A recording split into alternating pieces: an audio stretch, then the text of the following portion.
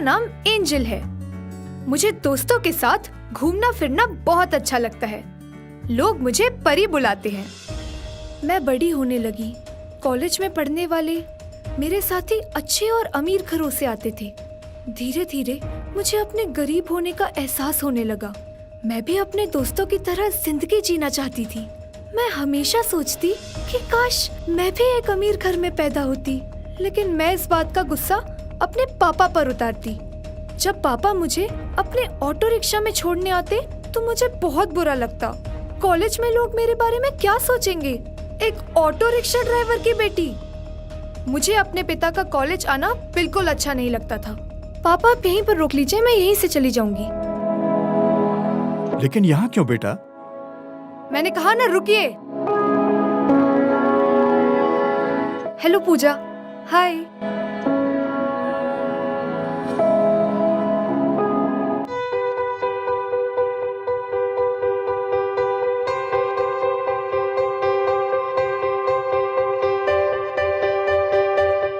बेटी मैं जा रहा हूँ। कहाँ? देखो कुछ ग्राहकी और हो जाए।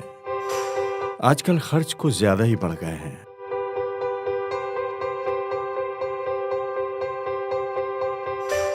मैं नहीं चाहती थी कि कोई मुझे मेरे पापा के साथ देखे।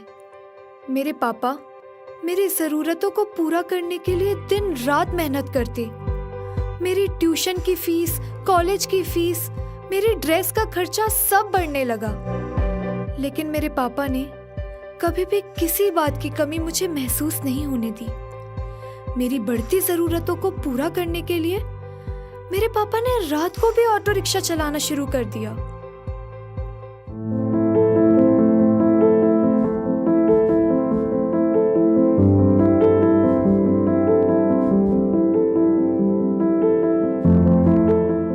चलो बेटी जल्दी तैयार हो जाओ, चर्च का टाइम हो रहा है। नहीं पापा, आज मैं नहीं जा रही हूँ। लेकिन क्यों बेटा? मुझे अपनी क्लास का प्रोजेक्ट तैयार करना है और कल जमा करने की लास्ट डेट है। बेटा जो समय प्रभु का है वो उसे देना भी जरूरी है। पापा अगर मैंने आज प्रोजेक्ट कंप्लीट नहीं किया ना तो मेरे सेशनल मार्क्स कट जाएंगे। आप जाइए।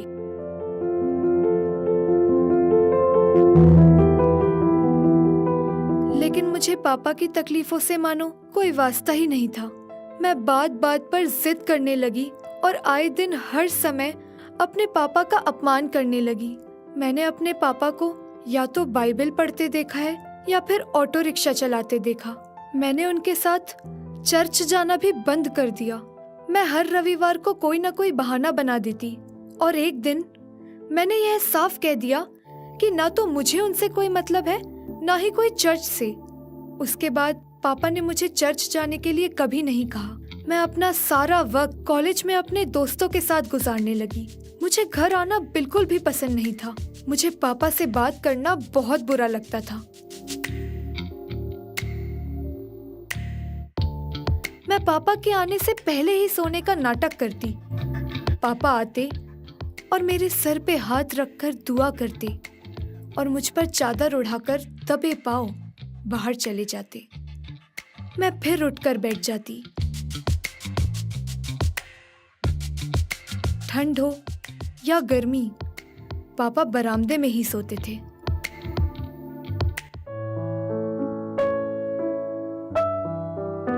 बेटी एंजल जल्दी ब्रश कर लो, नाश्ता कर लेना।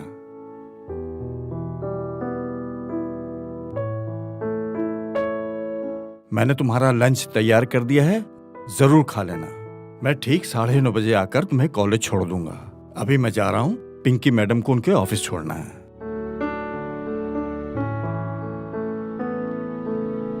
सुबह मेरे लिए नाश्ता और लंच बॉक्स तैयार करके पापा काम पर निकल जाते। मैं ज्यादातर पापा के बनाए लंच को फेंक देती थी और अपनी पॉकेट मनी से कुछ खरीद कर अपने दोस्तों के साथ खाना खा लेती थी। एक दिन मेरे कॉलेज के सभी साथियों ने मिलकर फिल्म देखने और रेस्टोरेंट में खाना खाने का प्लान बनाया। मैं भी अपने दोस्तों के साथ जाना चाहती थी, लेकिन पैसे न होने की वजह से मैंने अपने दोस्तों को इनकार कर दिया और सर दर्द होने का बहाना बना दिया। मैं अकेली कॉलेज कैंटीन में बैठी थी। तभी मुझे पीछे से किसी ने कंधे पर थपथपाया। एंजल, क्या हुआ? तुम नहीं गई अपने दोस्तों के साथ? नहीं, नहीं गई। वो थोड़ा सर में दर्द था ना, इसलिए। तुम नहीं गए? मैं और उनके साथ? अरे, इसमें हंसने की क्या बात है? माँ बाप की मेहनत का पैसा उड़ाना और पढ़ाई छोड़कर वक्त बर्बाद करने वालों पर हंसू नहीं तो और क्या करूं? और उनकी तरह मेरे पास पैसे नहीं है। क्या? तुम्हारे पास पैसे नहीं है? नहीं है। मेरे पापा एक रेस्टोरेंट पर काम करते हैं, बहुत मेहनत करते हैं, तब जाकर कुछ पैसा हमारे घर पर आता है। और मैं अपने पापा की कमाई का पैसा यूं ही बर्बाद नहीं कर सकता। जब बच्चे पैदा किए हैं तो खर्चा तो उठाना ही पड़ेगा ना। कोई एहसान तो नहीं कर रहे तुम्हारे पापा तुम पर? तुमने ठीक कहा, कोई एहसान माँ बाप अपने बच्चों पर नहीं करते इस तरह खर्च करके, लेकिन मजबूर हैं। मजबूर? उन्हें कैसी मजबूरी? प्यार करते हैं वो, ऐसा प्यार जिसका इस दुनिया में कोई मोल नहीं है। इसलिए मैं भी उनसे बहुत प्यार करता हूं। और बाइबल में तो साफ साफ लिखा है कि माँ बाप का आदर करो। तुम नहीं प्यार करती अपने माँ बाप से? मेरी माँ नहीं है। और पापा? वो तो ना होने के बराबर ही समझो। शराबी हैं क्या? नहीं। नशेड़ी हैं क्या? नहीं। तो तुम पर हाथ उठाते हैं क्या? नहीं। अच्छा, चलो मेरे साथ। कहाँ? अरे मेरे दोस्तों के साथ लंच के लिए। लेकिन मेरे पास लंच नहीं है। कोई बात नहीं, हम शेयर कर लेंगे। चलो मेरे साथ, लंच का टाइम हो गया है और मेरे दोस्त इंतजार कर रहे हैं। और यहाँ पर तुम बैठकर क्या कर लोगी? चलो। उस दिन मैंने सैम की बात मान ली और उस एक निर्णय ने मेरी जिंदगी को बदल कर रख दिया। सैम के दोस्त मेरे दोस्तों से बिल्कुल अलग थे। लंच टाइम में मस्ती करने के बजाय वो लोग बाइबल पढ़ते थे और प्रार्थना करते थे। सब लोग अपना खाना शेयर करते थे। यहाँ मुझे सादा खाना लाने की वजह से शर्मिंदा होने का डर नहीं लगता था। मैं हर रोज लंच टाइम में अपने नए दोस्तों के साथ मिलने लगी। उन्हीं के साथ मैंने बाइबल पढ़ना और प्रार्थना करना शुरू किया। और आज मुझे ग्रुप डिस्कशन में अपनी जिंदगी के सबसे महत्वपूर्ण इंसान के बारे में बताने के लिए कहा गया। मैंने बहुत सोचा, लेकिन पापा के सिवा कोई भी इंसान मेरे दिमाग में ही नहीं आया। मैंने पापा के बारे में बताना शुरू कर दिया। अचानक मेरी आत्मिक आंखें खुल गई। मेरे सामने पापा के कष्टों के दृश्य एक एक करके आने लगे।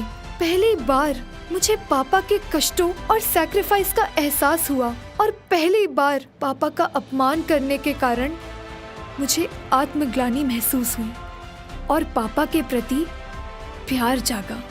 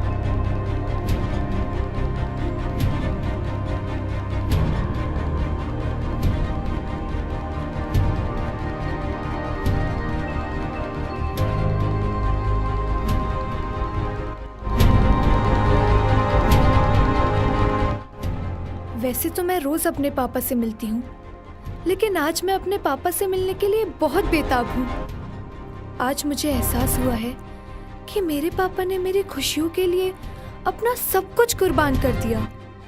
मेरे ही कारण उन्होंने कभी दूसरी शादी नहीं की। मैं अपने पापा की इकलौती बेटी हूँ। मेरी माँ का देहांत मेरे पैदा होते ही हो गया था। मैंने कभी भी अपनी माँ को नहीं देखा। पापा कहते हैं कि वो बिल्कुल मेरी ही तरह खूबसूरत थी।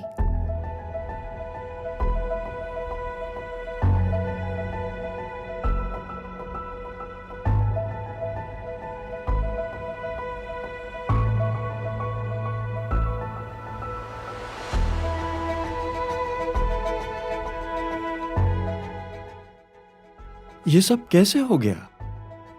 ये खाना किसने बनाया? पापा, मुझे माफ कर दीजिए। लेकिन बेटा ये सब हुआ कैसे? पापा, मैंने हमेशा आपको गलत समझा, आपकी गरीबी को आपकी कमजोरी समझा। लेकिन अब मुझे ये बात समझ में आ गई है कि मैं गलत थी। पापा, मेरे कुछ नए दोस्त बने हैं, वो भी हमारी तरह गरीब हैं। वो अपने माता पिता का बहुत आदर करते हैं और उन्हीं से ही मैंने बाइबल की सभी शिक्षाओं को अपने जीवन में उतारना सीख लिया है। बाइबल ने ही मुझे सिखाया है कि अपने माता पिता का आदर करना चाहिए। मुझे माफ कर दीजिए पापा, मुझे माफ कर दीजिए। आज मुझे अपनी बेटी वापस मिल गई। निर्गमन 20:12 में लिखा है, तू अपने पिता और अपनी माता का आदर करना।